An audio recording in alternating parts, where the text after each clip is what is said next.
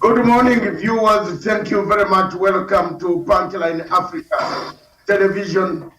Today is a day for a great day, 30th, the end of the month, and the end of the month in the republics across the continent of Africa and the world. Good morning, viewers. As you come to this show, please make sure that you adjust your equipment. Saxon in Harare, your equipment is disrupted, is just too much. Yes, control it from the button downstairs, down there in the corner. Today's show is the editor's memo. And the editor's memo, I will begin by introducing myself. I'm Dr. David Matanga from London Communications Center, which is the command center of Punchline Africa Television for political issues and security. It's a security program today that will look at one of the countries in Africa called Somalia. As we speak today, Somalia is in chaos, in deeper seas of chaos. It has been in chaos since 1991, but today it is in worse chaos than it was because terrorists and terrorism has changed its tactics. With me on the panel today, we shall have three experts drawn, one from London, another one from Nairobi, and another one from Harare, Zimbabwe. I want to thank the people of Africa for resiliently, especially Kenya, Uganda, Burundi, Djibouti, Ethiopia, and other forces that have been guarding and safeguarding the interests of the people of Somalia. First of all, I want to say the editor's memo will begin with a takeaway. And after the takeaway, in about 5 to 6 minutes, we shall turn to a discussion. And that discussion will bring us to several aspects of Somalia. Today we have Nazi Omar, a special guest. We have Saxon Zima, our in-house correspondent. We have Wandaz Wesonga, our in-house correspondent. And then we have Miriam Ogutu at the headquarters of Punchline Africa TV in Nairobi. This is a very emotive topic and a very sad topic too. It is a topic that has seen many people perish in the last 3 months or 2 months past. The tactics changed from rural guerrilla fighting back to the urban center fighting to arouse interests of international media that the fighting group in Somalia still has the muscle to control Somalia. How long shall we take that route? Let's begin. From 1991, Somalia became a troubled country.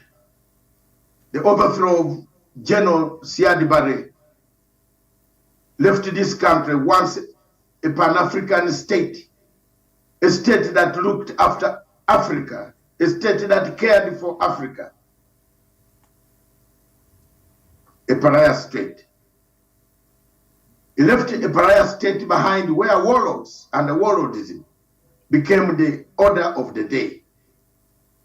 The only time that Somalia has come closer to having real peace is when Islamic courts, led by Sharif Ahmed Sharif, was in power. That was the only time that it closed, it removed quite a lot of chaos, but later on it was again engulfed with quite a lot of difficulties, and it was overthrown from power, and again Somalia slid back to the chaos that we see today. The influx of foreign fighters into Somalia, Al-Qaeda-based ISIS, and other formats of all terrorist groups that left Afghanistan, Iraq, and some other parts of the Middle East has brought a new dimension for the East Africa and the Horn of Africa nation. Successive governments in Somalia have been fighting to rout out the terrorists who have taken the Somalis hostages. They have been in this country, in the rural areas, fighting, killing, maiming, torturing, cutting people's limbs without any reprieve. The international community has watched, has pumped in money, but has not gone in with full action, like the action that we see called upon against Russia with Ukraine. Why has Africa been left to sort its own mess, yet the mess that was created by other people? The question begs then, why is it that the United States of America has not given us enough impetus, enough strength, enough courage, enough determination, enough resolve to be able to remove this conflict from our midst? Ugandan troops were the first contingent that arrived from my own country. As I speak, I have very many of orphans, widows, and widowers. Our country has suffered the brutality of the terrorist attacks that took place both in Uganda and then later on in Kenya, which has also suffered greatly with several terrorist attacks and tactics of urban terrorism. Today, as we speak, the influx and the change of tactics in Somalia brings to the table what can be done, what can we do to change the tide of the new tactics of the terrorist groups that have now resolved to take on urban terrorism instead of the rural terrorism because of the policy of the current president, who has said he will arm the civilians, he will arm the citizens, he will sensitize the citizens to smoke out the terrorists in the rural areas. And for the question of getting international publicity, of course you have to hit the tactics of any rebel group is to hit the cities, the centers, the key areas, the hotels. And this time, last week or last 3-4 days, they hit near Fira, Somalia, the state house equivalent of the White House of the people of America. And in Somalia, it's called the Villa House, which was hit, which was 1 kilometer away. A hotel was hit. Several people died. Some were taken hostages, and all the terrorists who entered there died. Is it time now for us to look at what can be done to remove these terror activities that go on and go on unabated in the territory of Somalia? How long will the troops stay in Somalia? How long will the Ugandan troops, the new force formed by Organization African Unity, the AU, the pumping of money resources by some other countries, are there some foreign external forces that are dismembering Somalia? Are there forces that don't want peace in Somalia? There could be forces, there could be darker forces that are fighting and jostling for the resources of Somalia.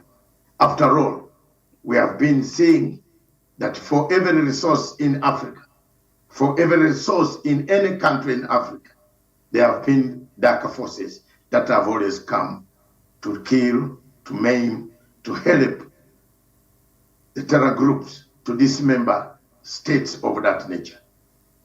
We therefore call upon the people of Somalia and call upon the international community to stand by the people of Somalia, to put in new energy in resolving the conflict, to stop the terror attacks in the cities, especially in Mogadishu, which is sector 1, that have intensified.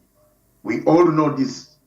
Those people who live in Mogadishu know these terrorists. They know who they are. They live with them. Why are the people not standing up in Mogadishu? I land my mic by appealing to the international community, therefore, to come up and help the people of Somalia. Somalia is in deep crisis. The terrorists have changed the tactics. They have gone to urban guerrilla warfare. I land the mic. Thank you very much, ladies and gentlemen, viewers across the planet and the continent of Africa especially. Ours is to make sure that there is a better Africa, and that Africa can only come when there is peace. Thank you. Ladies and gentlemen, I think that is I said 5 minutes. I hope it is 5 minutes. It can be reduced to any time by the production team, or it can be left as it is. That is the topic. And welcome to the show, therefore. That's the editor's memo, Miriam Ogutu, back to you in the headquarters to bring us up to date of the current scenario. Then we can now debate freely suggestions, alternatives. What can we do? Thank you, Miriam. Well, thank you so much for that. Somali forces on Monday stormed a hotel in the capital Mogadishu, where Islamist extremists had been holed up for more than 18 hours after killing 8 civilians and trapping dozens in the building, officials said. Police spokesperson Sadiq Dodishe said all 6 extremists died during the operation at the Villa Rosa hotel, and 1 member of the security forces was also killed. Dodisha said about 60 people who had been trapped in the hotel were freed and none of them was injured. It was not immediately clear whether others were missing. Al-Shabaab said in a broadcast in its own radio frequency on Sunday that its fighters attacked the hotel, which has a restaurant popular with government and security officials. The attack is believed to have started with an explosion before gunmen penetrated the hotel's gates. The hotel is not far from the presidential palace Villa Somalia, in one of the most protected parts of central Mogadishu. A successful attack near the seat of the federal government is likely to instill deep fear among residents of the seaside capital that has long been prone to attacks by the militants. And in other news, the decision to delay the drawdown of the Africa Transition Mission in Somalia, ATMIS, may indicate gaps in rebuilding the country's security forces meant to take over once the continental arrangement fully exits next year. This last week, the African Union said it will delay withdrawal of its sanctioned military forces in Somalia, citing re-insurgence of Al-Shabaab attacks. But while it did not discuss the gaps in Somalia's rebuilding, the longer-stay troops under ATMIS may signal inability of Somalia to battle the militants alone, something troop contributors had indicated in their arguments before the exit plan was announced in February. Under the ATMIS drawdown plan, the troops were to begin gradual withdrawal, beginning with 2,000 soldiers from December this year until total exit by December 2023. But a decision reached on Wednesday last week by the AU Peace and Security Council, the 15-member body that decides a policy and programs on security across the continent, following a request from Somalia, said the drawdown begins in June 2023. So that is the latest on that. Back to you. Thank you very much. Nancy Omar is not seeing us. I don't know why, but she says she's not seeing us. And I don't know, production team, can you work on that? I don't know whether I am being seen. I don't know, because Nancy Omar says he's not seeing I and Miriam. We are not being seen. Nothing, Omar, wherever you are I can actually see medium only now. Wherever you are in the United Kingdom, what is the real situation? What is going on in Somalia? What is the change of these tactics? Who is changing these tactics? Why are the terrorists changing? And which way forward how can we bring about peace in Somalia? Given that right now the terrorists have changed tactics, they have come to the city center to kill people, to maim people, to do high target resolution targets, which we think are there to get publicity. What's your comment on this one? Thank you very much. Thank you, Studio Miriam, and the rest. For my sincere condolences, first and foremost, to the nation of Somali and the lives that have been lost and the injured. It's with a very heavy heart that I take on this topic, because it's just been 3 days today. Since the fight started in the villages and the cities outside Mogadishu, started with the Hiran region, and they did actually get a very good progress, and those are the first place where the fight started with the citizens and the regional government, and then the federal government also said they're going to stand by them, and which they did. Now, they did manage to do a very good progress, and that was replicated in few more regions. Now, what has changed? What has changed is the fight now has been taken to Al-Shabaab, not Al-Shabaab coming and holding villages and small towns hostage. So the fight has been taken to them, and as we know, most of the terrorists, how Al-Shabaab works so far in Somalia is hit and run tactic, whether it's by bombing, but they would never have a combat. They never last on a combat fight. All they will do is keep running from one village, and they'll be chased and gunned down and all their weapons taken and so on and so forth. They've been engaged in live combat in very few cities. Most of the cities they were fleeing, and people were, taking the fight back to them. So for me, what has changed? What has changed is, I think they have decided that the only way they could amplify their presence is to make Mogadishu a target. And we've seen that previously, and the last one was Villa Rose Hotel in Mogadishu. As we know, there is no civilians who can actually cross and get access through that hotel.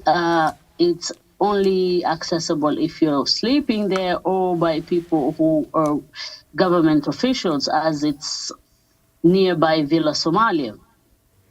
How did they manage to get access is the $1 million question that all Somalis are asking. There were members of government in the hotel at that moment. There was meetings going on. There was clansmen from other regions that were holding their meetings and their seminar there at the hotel. And that is what has happened. For me, it seems like a last kick of a dying horse. But then that is what that's how I saw it a few weeks ago. But with this incident in Villa Rose, changed the whole game. The whole thing is turned upside down. Reason being, getting an access to that is next to impossible. It's absolutely impossible for anybody to get access there. And the roads, there's only 4 ways that go through to access their Villa Rose, and all those are closed with heavy security guards and roadblocks and all sort of things. So do they have sleeper cells? Have they resorted to their sleeper cells? Did they have people already in the hotel pretending to be customers who've been sleeping there? I don't know, but certainly, yes, they have changed their tactics, and it seems they have infiltrated either the security, or they were there waiting for those meetings to take place and then act on it. So that would bring fear to the Somalis community everywhere, saying that this is how strong Al-Shabaab is. And so they can retrack or backtrack from the fights they're having with them in the regions outside Mogadishu. Thank you. I can come back with any questions. So. Yeah, thank you very much, Nazi Omar from London, a specialist on Somalia, and who has been analyzing quite a lot of things on Somalia and the Great Lakes region and the Horn of Africa. Now, you raised a very serious point of sleeper cells. I think there are sleeper cells in Mogadishu.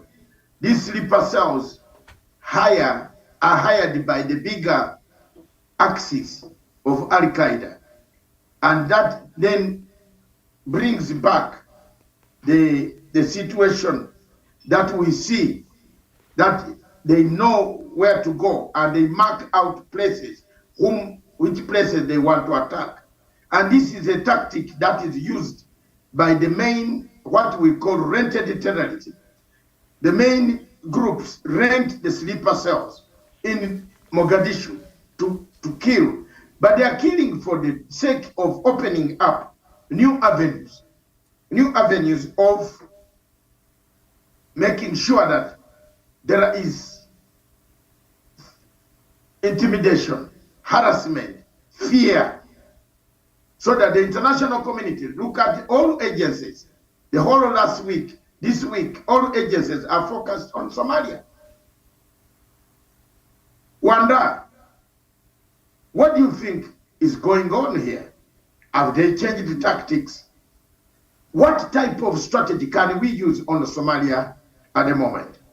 Do we give Somalia to remain as it is? Do we change tact? Do we change a way? Do we send in more boots on the ground in the city to make sure that the city does not collapse to the hands of terrorism?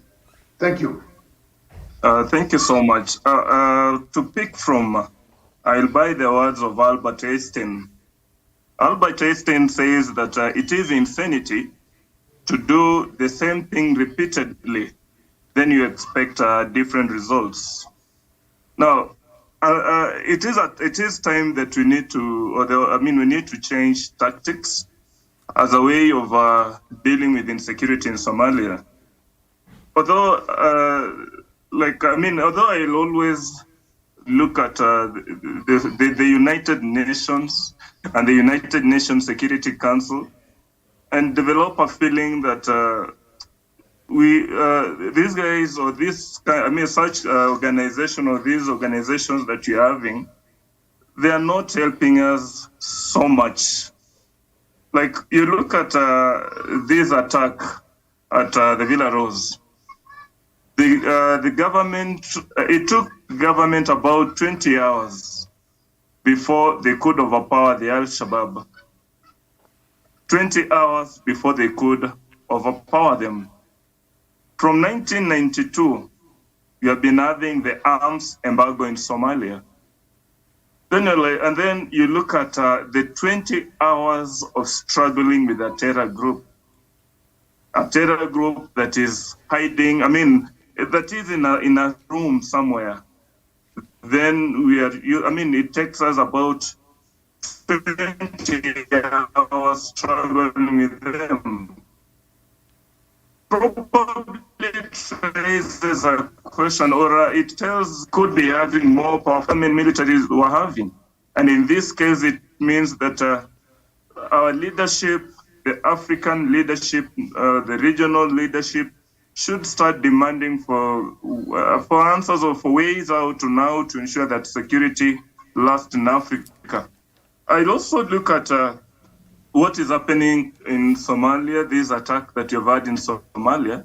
Then I look into how soon, how immediate from Ethiopian conflict or the Ethiopian crisis, that within the same region, neighboring countries, that immediately after peace is finally being realized in Ethiopia, we get back to looking at Al-Shabaab, then we start addressing a change of tactic.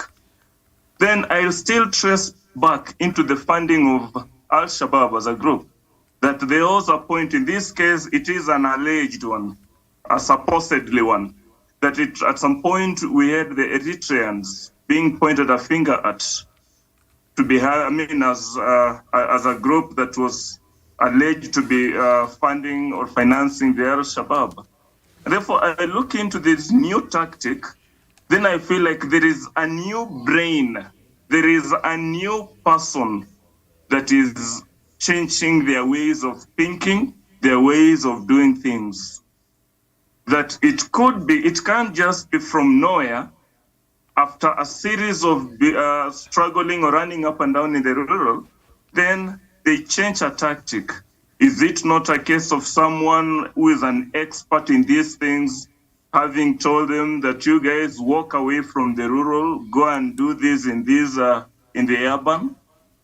And if I'm told it is a new blood in this that is advising them, then which blood is this, or who is this person or who is this organization or person or team that is now trying to teach these guys on how to remain sensitive?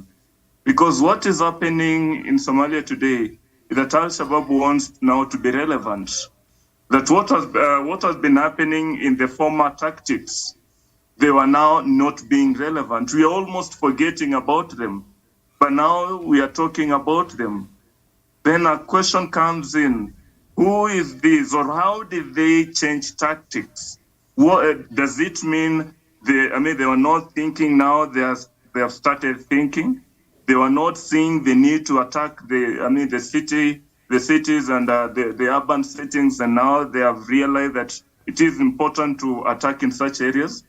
That unless there is someone who is doing this, then I don't buy the idea that they have just decided to change the tactics from nowhere.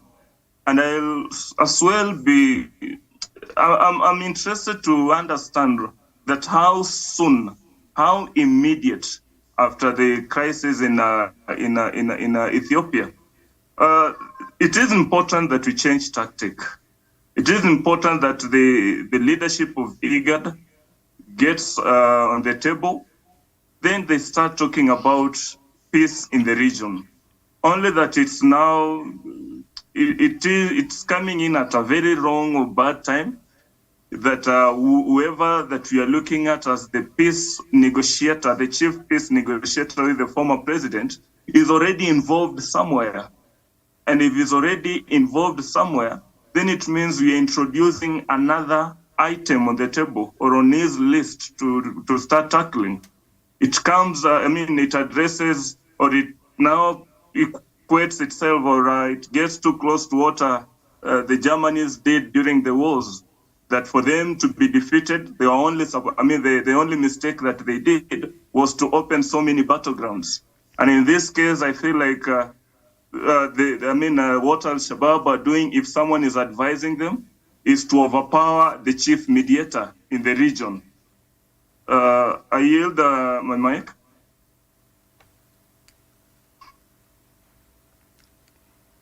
Very well. Thank you for your thoughts this morning. And I think something that Omar raised there, and she really underscored the kind of fortified security that usually is around that place that experienced that attack on over the weekend, and telling us getting access to that place, even to that hotel, is very difficult. So that perhaps exposes the underbelly of the security gaps. And I was just looking through ATMIS and the responsibilities and how different countries have been given specific sections. There, there are about 6 sections, and each country has been given a sector that it's supposed to be providing security and all that. And it appears the Somali forces, I think they are the ones responsible for Mogadishu. And there has been, credible reports in the past, especially during the other leadership of President Farmajo, that there were some elements in the national intelligence of Somalia and the some few government officials that were actually collaborating with Al-Shabaab. So if you look at this security gap that perhaps was exposed over the weekend and this attack that was very close to Villa, Somalia, what does this say about how perhaps, we might not have some people even within the government itself that might be, wanting to see a stable Somalia, or that could be cooperating with Al-Shabaab themselves. So where does this leave everybody else, perhaps? Thank you very much, Miriam, for that question. Let's bring in Saxon from Zimbabwe, who is on the line, who has been waiting on the line. Saxon, it is your turn. Miriam has asked a very important question.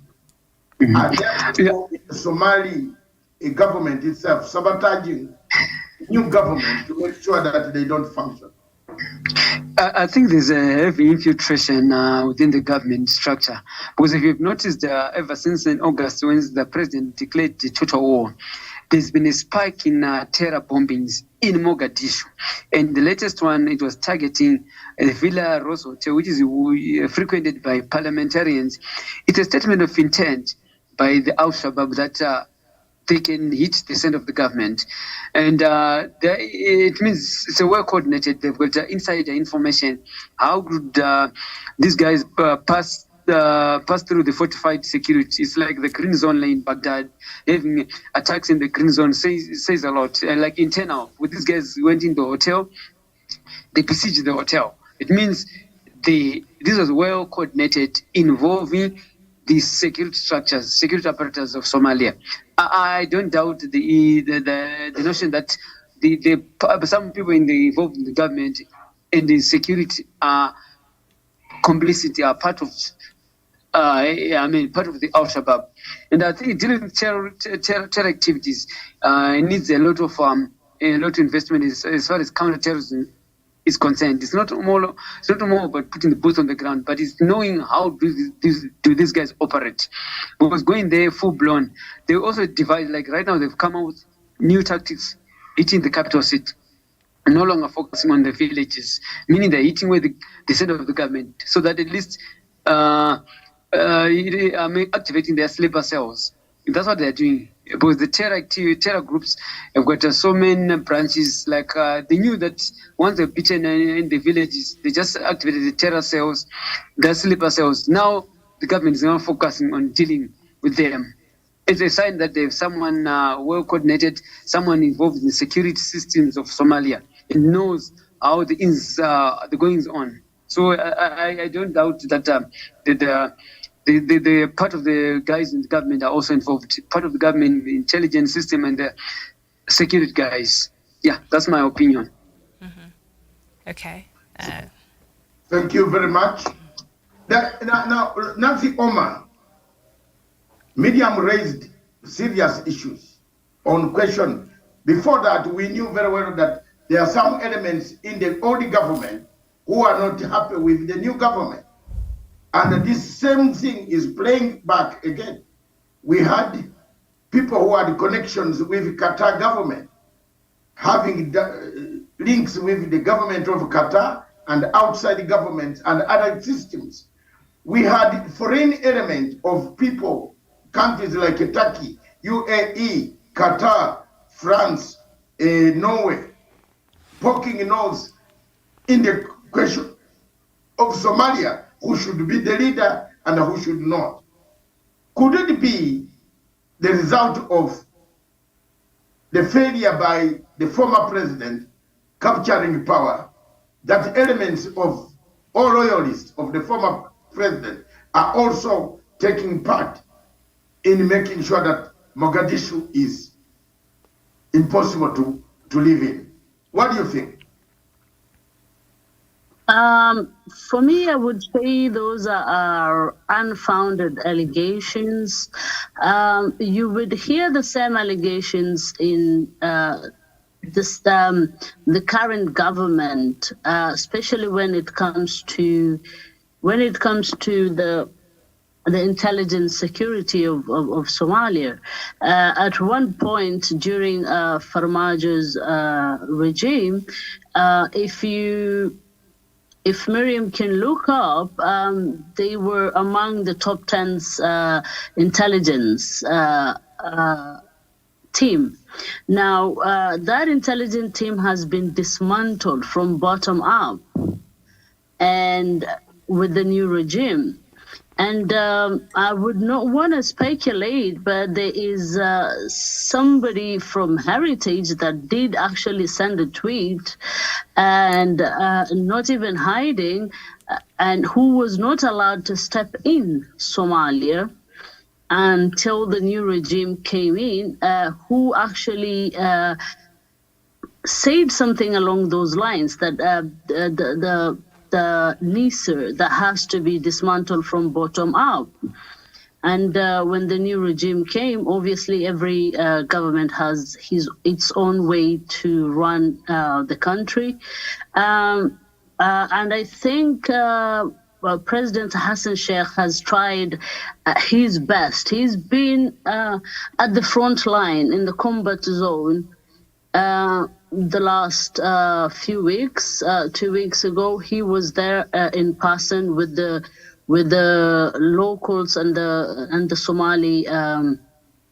Somali forces, and encouraging them and telling them, together we are united, and yes, we can beat them. They're not many. They're not more than we are.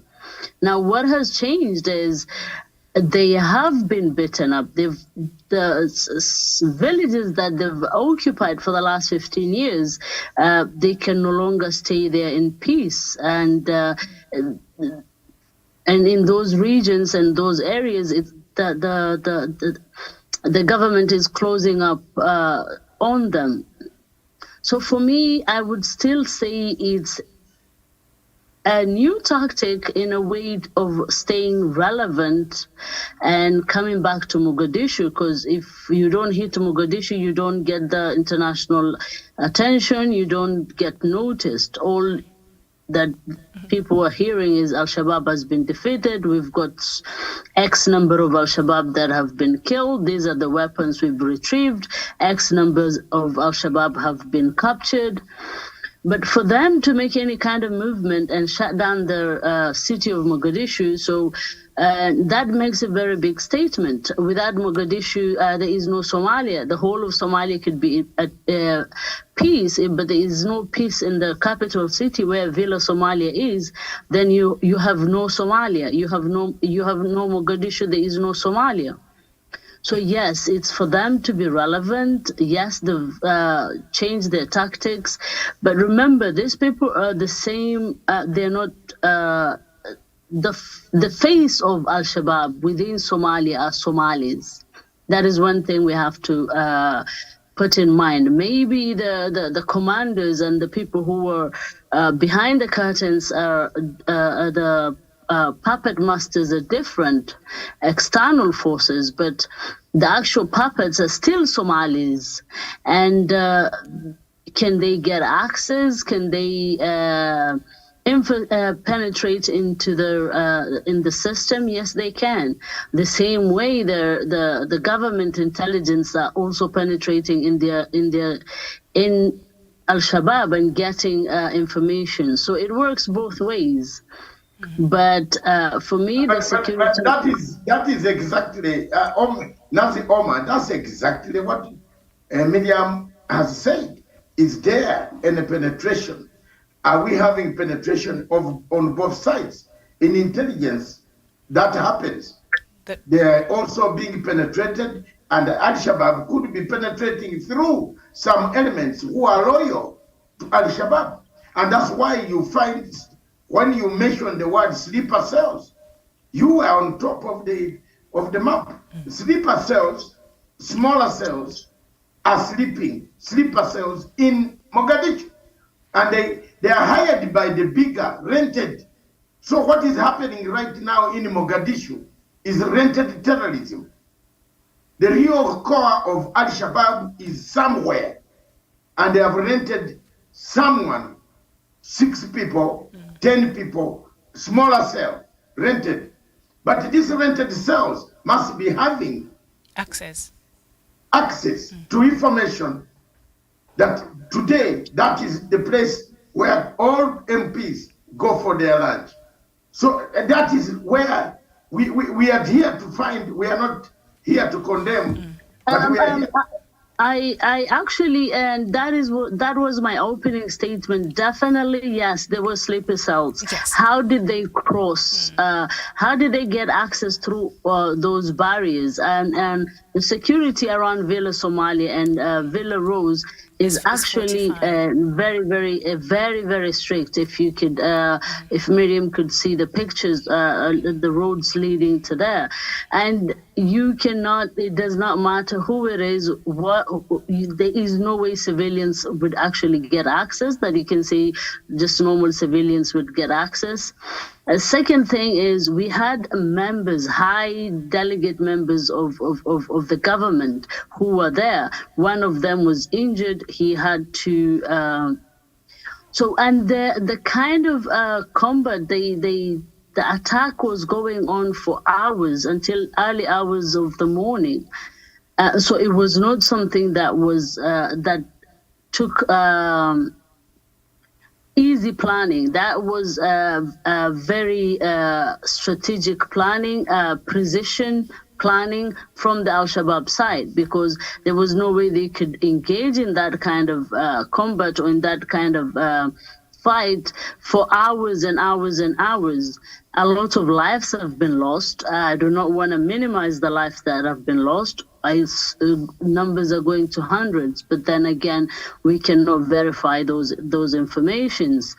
But what we can verify is members of ministers from the Somalian government have been injured who were present at that time. And it got to a point where that both people who were wearing uniforms, you cannot tell who is who. Personnel securities were all worried about each other. They didn't know who is who. And there was a lot of chaos and confusion. You can imagine what was going on. Sleeper cells, yes. Penetration, definitely. Failure in the intelligence, absolutely yes. And those are the questions that we need answer. More, we need answers as well from instead of me calling for the international community, I would call for the neighboring countries, for the African Union. What are they doing? If we look, the ATMIS wasn't engaged in that combat. They were not engaged. It was led by the Somali forces. So what is actually ATMIS doing is peacekeeping, and I don't know what peace is there to keep in Somalia. If we look at the fights that were happening outside Mogadishu, it was the same thing. They were helping. They were standing by and helping them transport the wounded, the injuries, and so forth and so on. So I think we need to actually be honest with ourselves before we look into the Western governments. We need our African Union to look at the level of engagement that ATMIS is having, and how can they improve on that, and what else can be done, because it's very sad that even Kenya has stopped giving local Somalis visas to come to Kenya. they've withdrawn the visa access to Kenya. So it's like, I don't know, the world is closing on Somalia. Somalia is left to fetch for itself. And you expect a government that has its hand tied behind their back to fight a terrorist group. That's it, Omar. You bring in something. The arms embargo has not been lifted, and you expect the government to fight Al-Shabaab with its hand tied behind the back. It's actually impossible for them to beat them. And Al-Shabaab is a terrorist group. It's a problem for the whole world. So why is Africa looking at Somalia, fighting these people for all these years? And for the last 6 months, 5 months, Mogadishu has been a lot of blood and a lot of lives have been lost. And we should get answers to those questions.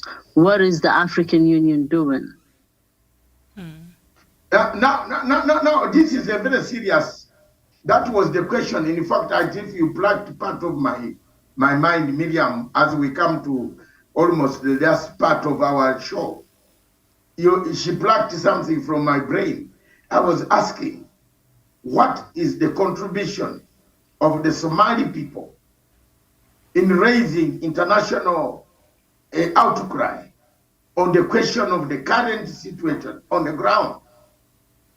You have just told us that Kenya just canceled visas for ordinary Somalis to come to Kenya. Because you know the situation is becoming complicated, that people don't really know who is who at the moment. Because the government in power, it says it will fight direct, a person to person on the ground in the rural areas. And that has destabilized the bigger cells of Al-Qaeda and Al-Shabaab that are inside central Somalia. So these have spread. So I think the Kenya government is in order to say, hey, let's screen everybody coming in first, because you never know. Now that they have changed the tactics, they are not only changing tactics for Mogadishu, they could be changing tactics for Kampala, they could be changing tactics for Nairobi, for Abidjan, for Djibouti, for Addis Ababa, for any state that has troops in there. So that one, as far as Kenya is concerned, it has taken its precaution and it has to safeguard its people. It's one of the systems, security-wise, to safeguard their people. Likewise, all states around the world are alert. But one thing that I agree with you is we need, how long shall we be pumping, Miriam? How long shall we be pumping, changing names, Artemis, Itimis? Yesterday I talked about African Transitional something Force. That is the African Transitional Force right now in Somalia. Why can't we create African Elimination Force? Right now it's a mission, so probably it should not be a force. We are creating a transitional force to teach Somalis to handle the issues themselves. But they are not yet ready, given the mechanisms of security lapses that can allow a fortified near a state house, a fortified building, a hotel of that nature, to be infiltrated and be bombed or killed, and the people inside it killed. Why does the African Union change this entire thing to Africa Elimination Force? If we have Africa Transitional Force, can we have Africa Elimination Force? That's the Ugandan mind. That is me. That's my view. If I were the commander, I am a Ugandan, and my troops, my brothers are in Somalia. Don't tell me I should not talk about it. They are there. There are relatives there. I have several relatives, and I can pick a phone and talk to them right now on this telephone. They are there in Mogadishu. They are guarding Villa Somalia. They are guarding most of these installations. So why is it that the East African and African Union select commando units of African Elimination Force? Are we using this battleground as cash cow? Given the AU misappropriation of funds, corruption at the center of African Union, Miriam Wanda Karatizo from, I can see my sister Karatizo from Zimbabwe has come in, and Nazi Omar. Is there corruption at the center of why the war cannot end? Yeah, and before these attacks, Doc, remember the latest I was reading there as we were starting this conversation. This attack happened over the weekend, and we've seen some intensified fires against Al-Shabaab. But this statement was given on Wednesday. The attack, I think, happened on Saturday. This statement by the African Union Transition Mission in Somalia was given on Wednesday, and they're saying that they will delay the withdrawal. The first batch of 2,000 soldiers were to start exiting Somalia by the end of this year. So they're supposed to do it gradually because ATMIS had its mandate until the end of next year. And I think while we've been having this conversation, from what we've been seeing happening in Somalia, we knew that withdrawing ATMIS from Somalia at the end of next year might not really be viable owing to the developing situations there in Somalia. But there's something that Omar, I think, underlined while she was talking just a few minutes ago, and the fact that some of the Al-Shabaab themselves, they were dressed up like the security forces. So the reason why, one of the key reasons why it took so long to end this standoff is because they did not know whether you're fighting your fellow colleague or you're fighting Al-Shabaab. So they had meticulously paid attention to every detail that will allow them to camouflage and enter that very fortified area. So if they were dressing like the security forces, you couldn't tell them apart.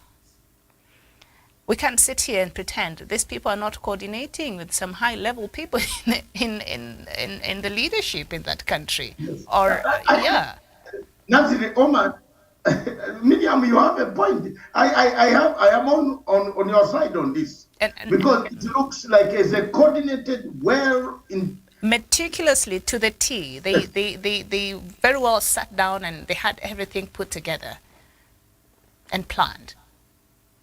Nancy Omar, any additional information you have? Yes, that I stated it very clear because there was no way that they could know. The ministers were there. I mean, you can imagine the level of security, knowing that there's fights going outside the city, and at the same time the previous attacks in Mogadishu, so the securities were on a high alert, whatever level you want to give it.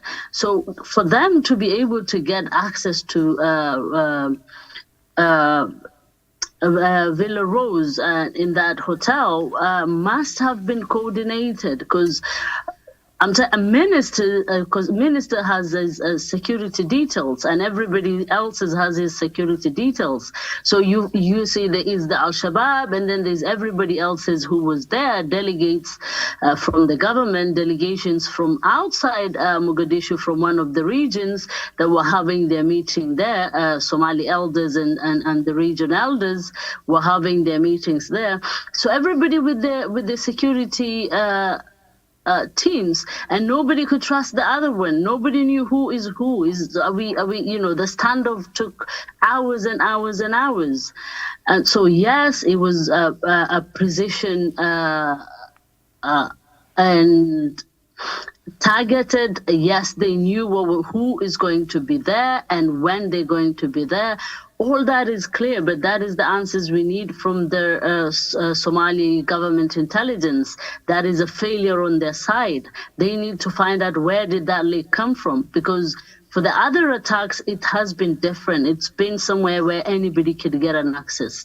And how they did that was a hit and run kind of situation, as they usually do. Get somebody to strap a bomb on themselves, or get a car which is fully loaded with explosives. But here they used both. They used explosions, and they did use combat, engagement with the other securities, and then a standoff for hours and hours, over 5-6 hours. So yes, it was a precision target. Yes, it was actually up to the details, because somebody to get an access there, they must have been a failure somewhere, and those are the answers we need.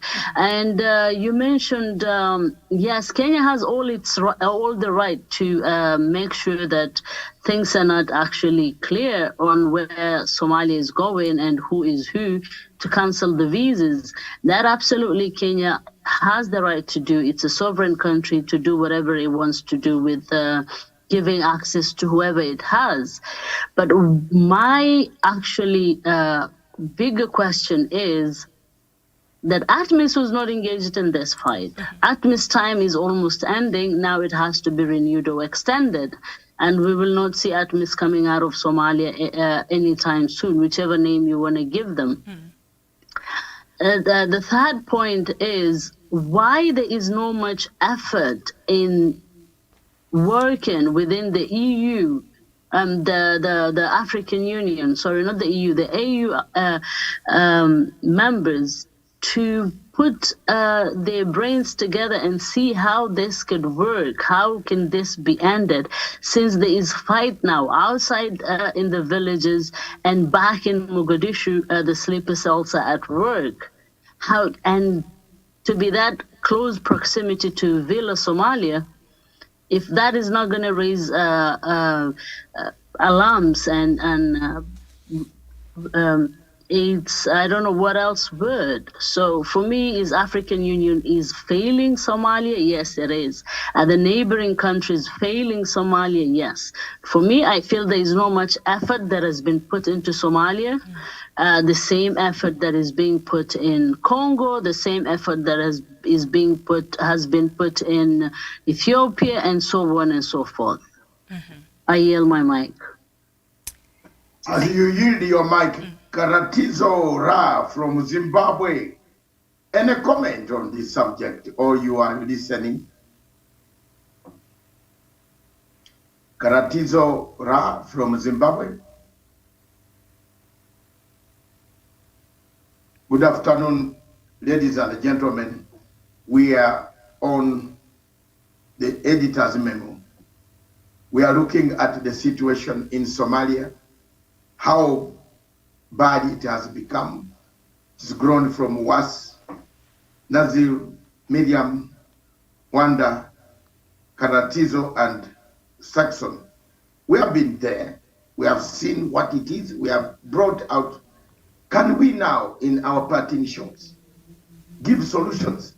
We look at the AU might never live there. In fact, you are right. We might not leave Somalia, because every time you threaten to leave, more attacks come. Could it be internal job that people don't want you to leave? So, it could be. Are they orchestrated? Yes. Could it be the people are coming, the terrorists are defeated inside, the last kick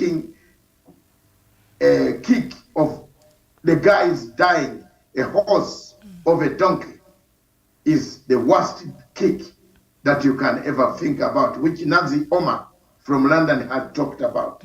Wanda has made very serious, quoting one of the best, philosophers, and they're saying the same thing, doing it over and over again. It's madness. I think I might. Yes, yes. and Doka, as Wanda comes in, There's an issue here I think I talked about on one of the shows in the afternoons, and because I was seeing the government security forces who at loggerheads with the journalists because they did not want, I think we talked about it as well here, they did not want Al-Shabaab to be given that limelight that even Omar has talked about. They're seeking for relevance, they're seeking for attention, they want to be seen. And so there was a back and forth between, and we saw the government forces even going to an extent of trying to what was seen as silencing the journalists, because the journalists union was wondering, how do we exercise our journalistic responsibility without informing the people of what is happening? And the government was feeling, to what extent must you do that? Because we do not want to give these people mileage. The more you perhaps tell, especially Somalis, what is happening, that might instill some fear, and that might continue giving mileage to Al-Shabaab. So I'm happy because yesterday, through this ATMIS, the Somali journalists and security forces had a session and a training on how to work together, because I think these two institutions are very important as far as the security and the information dissemination in Somalia is concerned. So they had a moment that was, facilitated by the African Union Transition Mission in Somalia, and the training explored ways to improve and strengthen the relationship between the police and journalists, which I think is very, very crucial, not just in Somalia, but any democratic country. Well, Al-Shabaab are fighting that Western democracy in Somalia.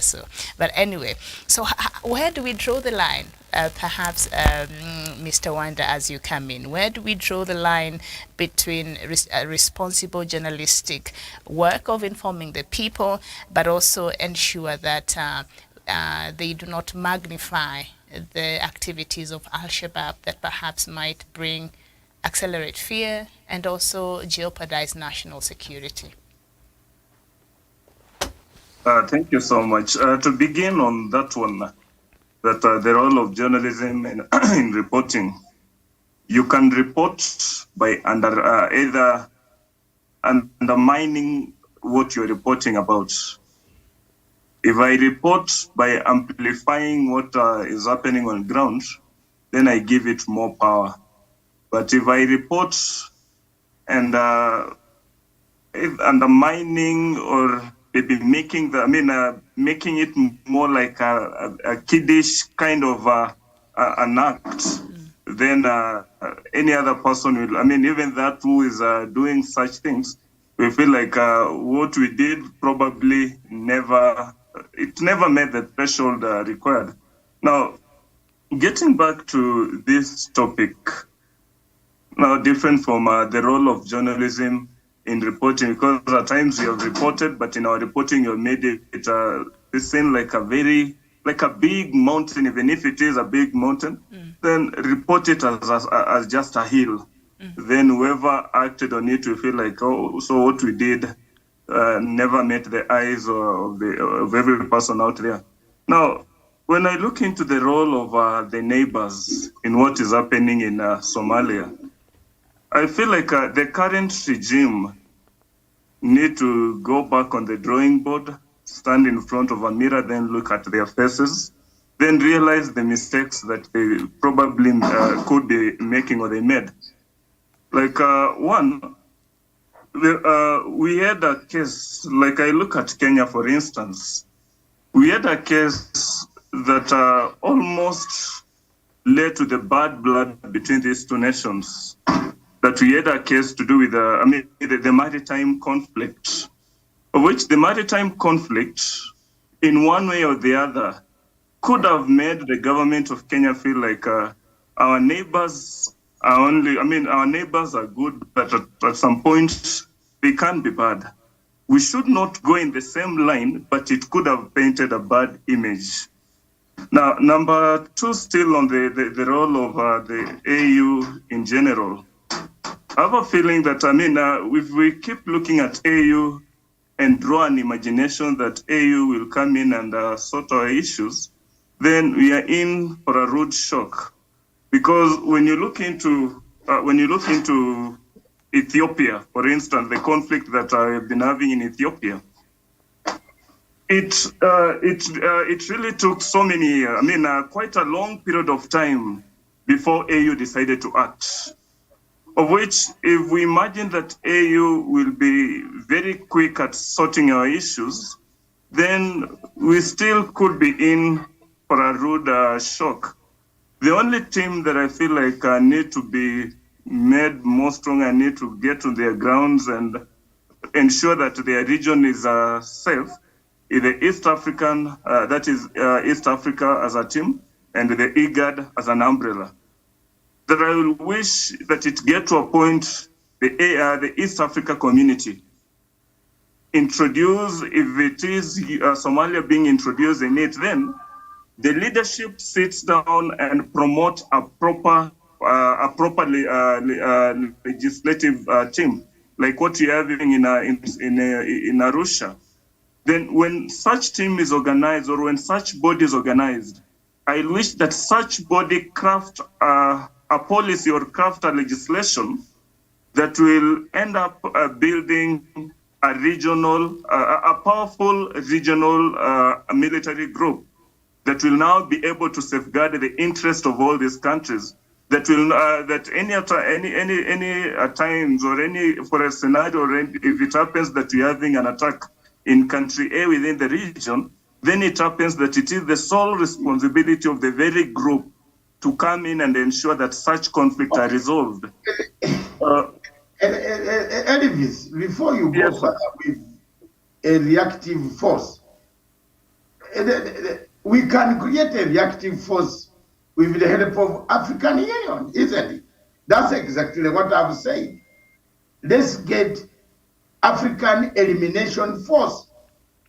The force that a name, and that name alone, if African Union created that name, Africa Elimination Force, believe me or not, Nancy will agree with me that this commando unit, drawn from all African units, Africa has got a standing army of more than 10 million men.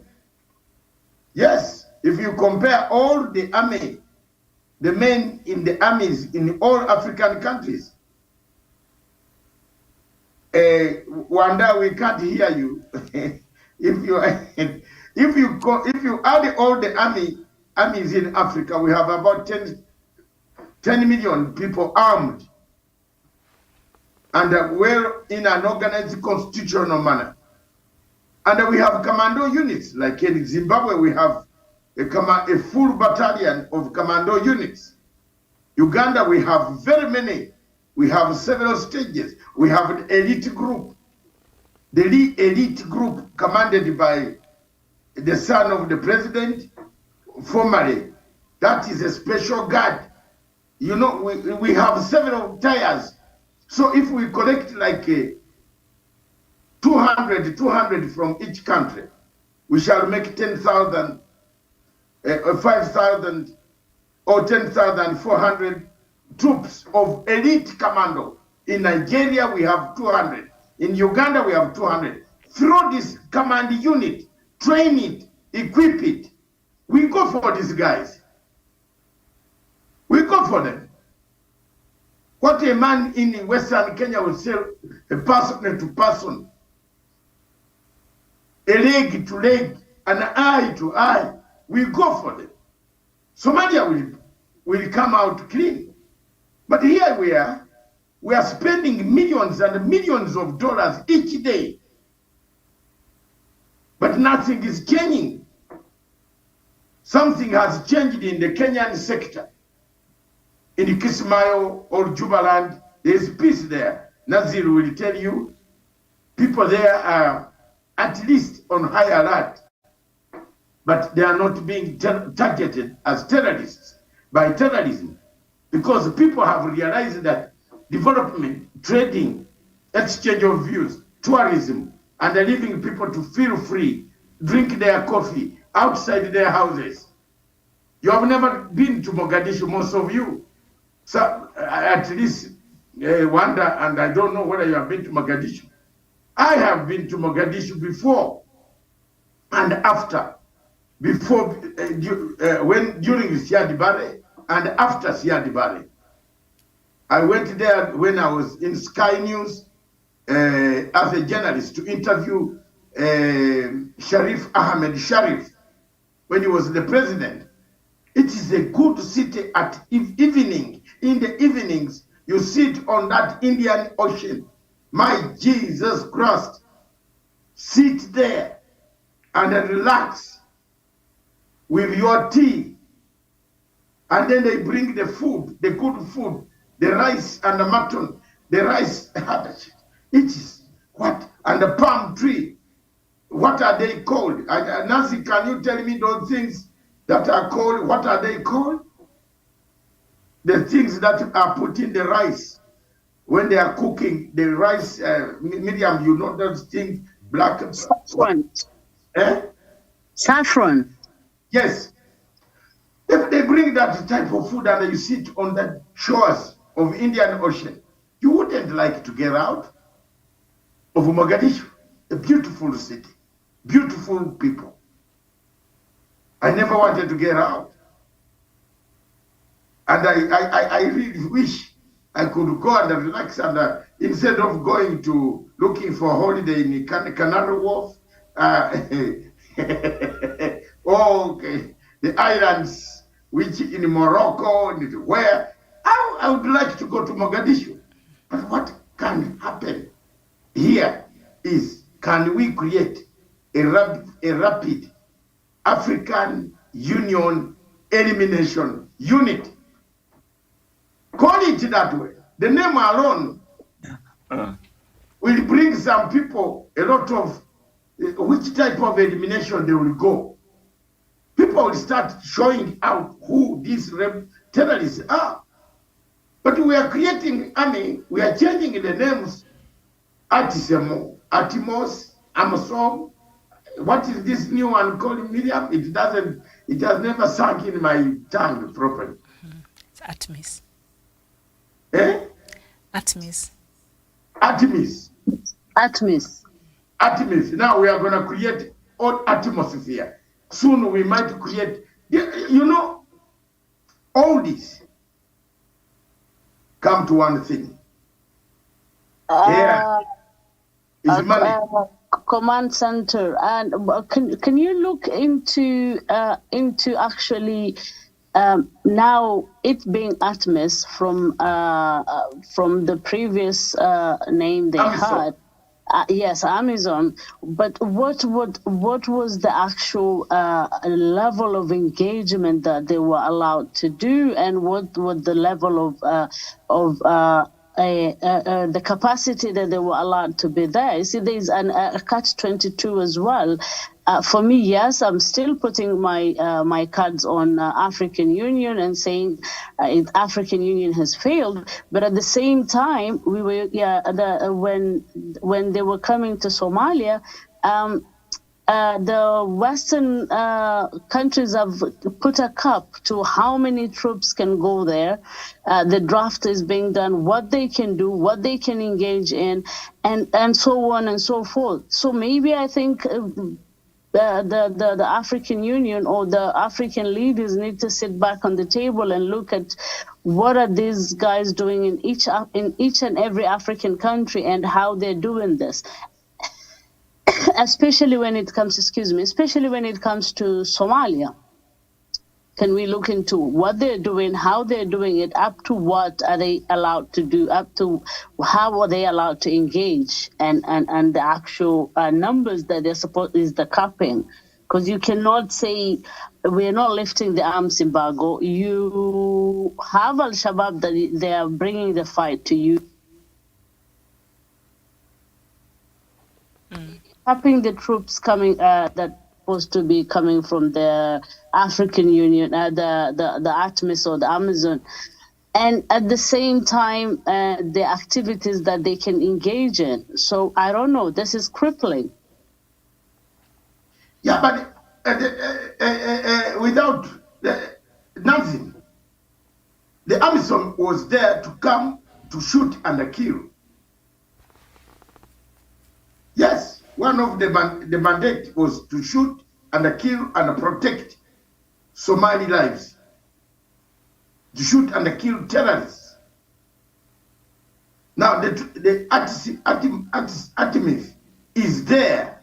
Artemis is there to prepare a transition. African Transitional Force. But when you prepare a transition, surely, when you prepare a transition, I just want to ask, you are preparing a transition. You have visited a patient in the hospital. And then after 5 days, you say, I have been here for some time. I'm going back abroad. The doctor says, as you plan tomorrow, you come back to the hospital and find that the drips have been increased. The drips on the MP, on the patient, on the on the bed, instead of 4, there are now 10 drips with pipes going everywhere. Do you leave? Do you leave the hospital? Answer me, people. Do you leave the hospital? No. Yes, you stay. But now, how long are we going to have the staying? Miriam was correct when she said orchestrated. Something could be orchestrated. Don't departure. Let's not leave. But I am giving a solution. My solution is that let's have 200 troops from each African country. And we have a standby force, 200 times 54 countries. Makes how many are those? It makes 10,000 and 800. So those Saxon, when you enter, please. 200 times 54 countries, African countries. Zimbabwe brings 200. Kenya brings 200. Uganda brings 200. Commando unit. Commandos only. Well trained. We have them. Some of them eat our food and just stay like in Uganda. They are eating and waiting for there is no problem there. You have commandos in South Africa eating food and drinking even beer. There is no food there. There is no war. Let's collect them. There is war in Somalia. Let's be practical. Let African Union have a vision, a narrative, a tough entry, a tough regime that can say, we want 200 troops. The troops that are there, thank you. But now we want 200 from each African country. And these 200, they will be on the plane. We have secured funding. They want to land in the area where Al-Shabaab are. Let's go. You'll hear this. You'll hear these guys have disappeared in the Red Sea. Or they have gone back to Yemen. Or they have gone back to Asmara, which is always their fallback position. But we have brought so many strategies on Somalia. Oh, let's do this. Oh, let's do this. Time has come for us to think of a strategy that will eliminate completely, remove terrorism on the soil of Somalia. Less than that, we shall be talking here for hours and hours and hours. I would like to pick your parting shots. Yes. Mr. Wanda was giving his thoughts, I think. Maybe you could conclude. And I don't know if you were done before we... Wanda had come to the last point, which you had asked him, which he did not fulfill. He said, glorification of, let me summarize what he was doing. Glorification by journalism. In the UK, where we are, Nazi Omar, you are from UK, there is a law. You don't glorify terrorism. Period. You don't come Absolutely. and say, hey, thank you very much. They will arrest you. They will charge you even on higher charges done. But we have journalists in this African continent. Some of them, that's why the Somali government was bringing that law. There are journalists there who go and draw pictures, draw the videos from the Al-Shabaab camps, and come and give the videos, raw videos, to the people. That's why the law was brought in. And that is all that we can, the time we have, we want to do what we call parting shots. So our parting shot, Wanda, use that time. We begin with you. Take your parting shot and complete whatever you are trying to say. The situation in Somalia needs a change of direction. To me, David, that's all I see.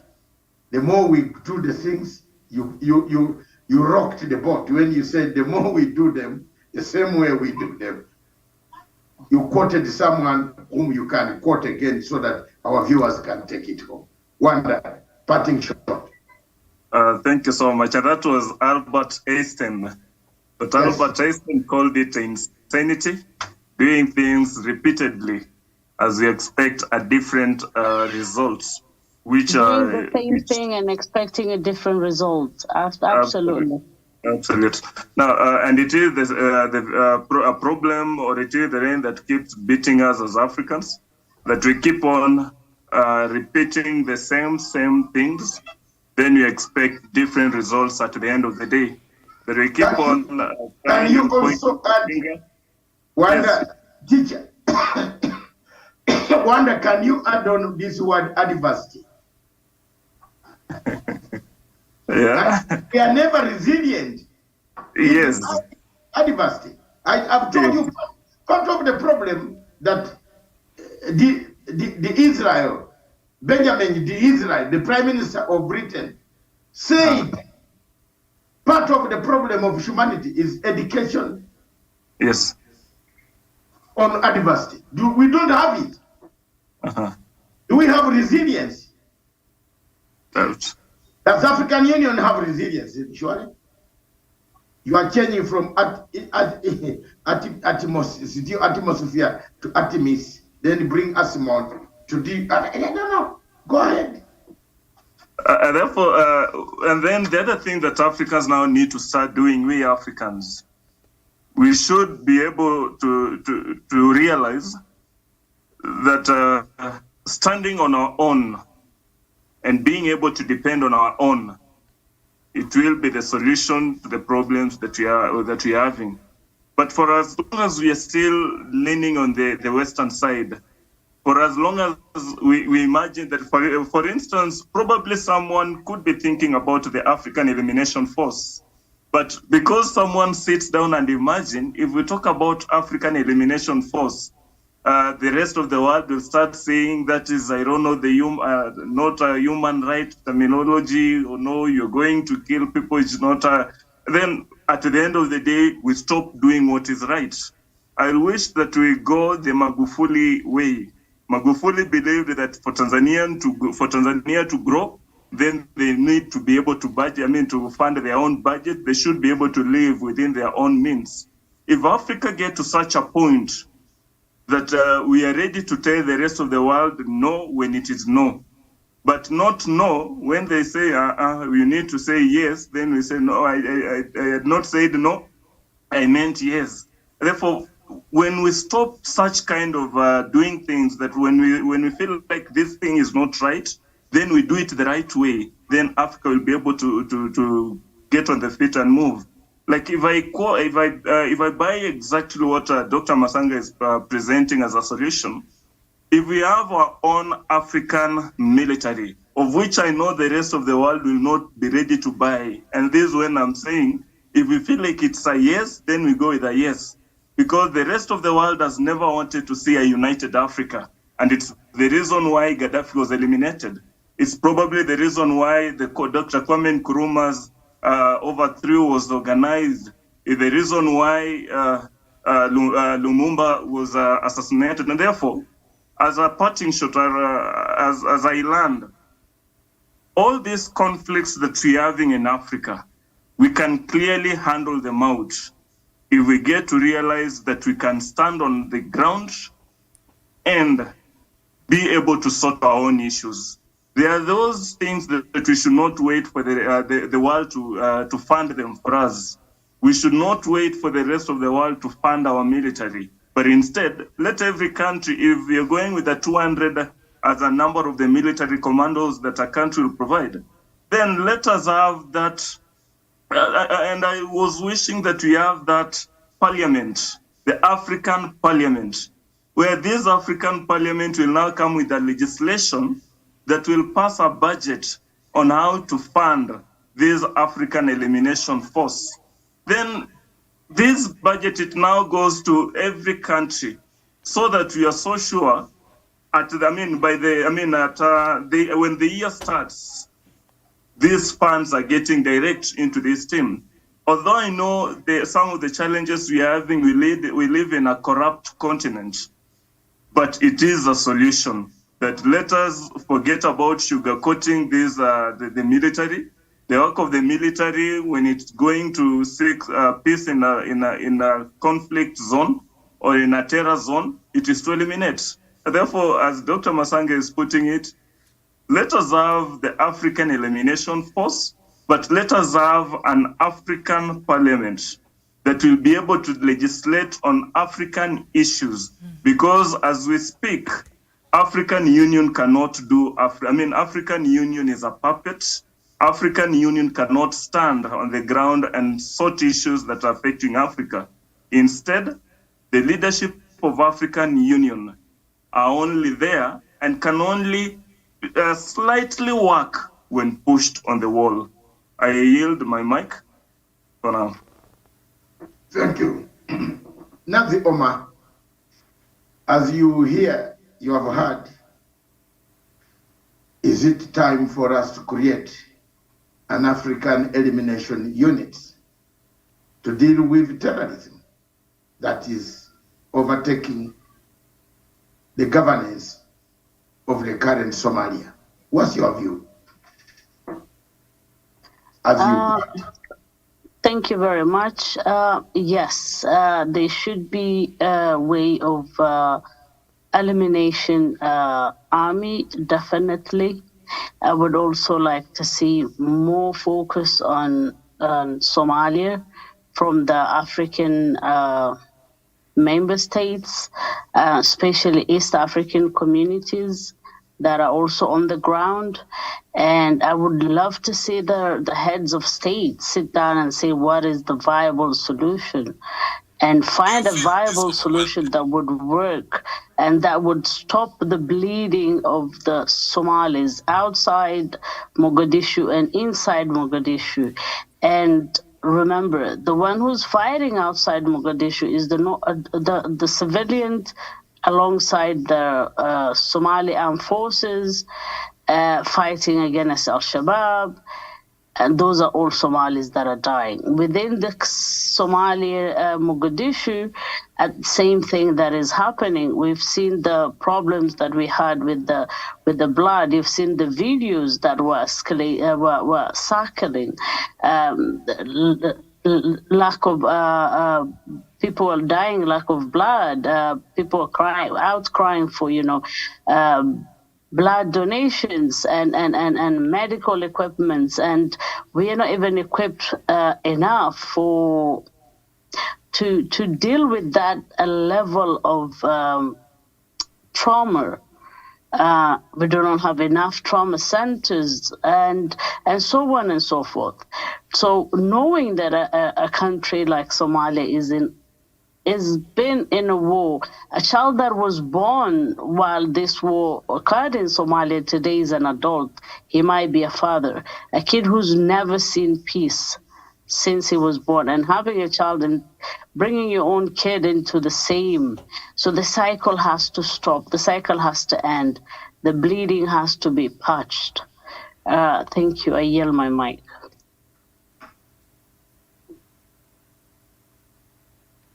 Yeah, thank you very much. Nazi,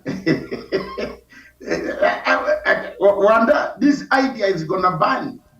It is going to be very good. And Saxon, your parting shot, sir. I think what Africa needs to do is to start believing in itself, not seeking solutions of African problems from outsiders.